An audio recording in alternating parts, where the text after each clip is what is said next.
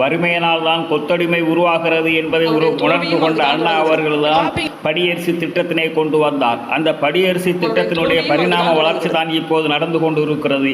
இதை பார்த்து ஒருவர் எச்சத்தனமாக பேசுகிறார், இதை பிச்சை என்று பேசுகிறார். சொல்றேன், அதிகாரம் மிக வலிமையானது. அதுவும் எளிய மக்களுக்கான அதிகாரம் இருக்கு பாருங்க. யாராவது ஒருத்தர் மேல் மட்டத்தில் உட்கார்ந்துக்கிட்டு நமக்கான பிச்சையை அவங்க போடுவாங்க, நாம் வாங்குகின்ற ஏந்துகின்ற கைகளாகவே இருப்போம் அப்படின்னு நினைக்கிறோம்.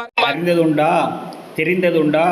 உச்சி வெயிலில் தருவையை சுமந்து கொண்டு தரையிலே கொண்டு வந்து விற்று அதற்கு பின்னாலேயே காய்கறிகளுக்கு ஓடி ஓடி சென்று காய்கறிகளை வாங்கி தன்னுடைய குழந்தைகளுக்கு இரவு நேரம் சமைச்சு கொடுக்க வேண்டும் என்ற எண்ணத்தோடு ஓடுகிற தாயை நீ கண்டதுண்டா? எவனோ ஒருத்தர் மேடை அமைத்து கொடுத்தால் எதை வேண்டுமானாலும் பேசுவதா? பட்டினியை போக்கி கல்வியை வளர்த்த தமிழகத்தில் வந்து எவனோ கொடுத்த பிச்சை காசை வாங்கி கொண்டு தமிழகத்து மக்களை பிச்சைக்காரர்கள் என்று சொல்லுகிறாயா? ஒரு அரசு மக்களுக்கு எத்தனையோ நலத்திட்டங்களை வகுத்து கொடுப்பது போன்று இதுவும் ஒரு நலத்திட்டமாகத்தான் அரசு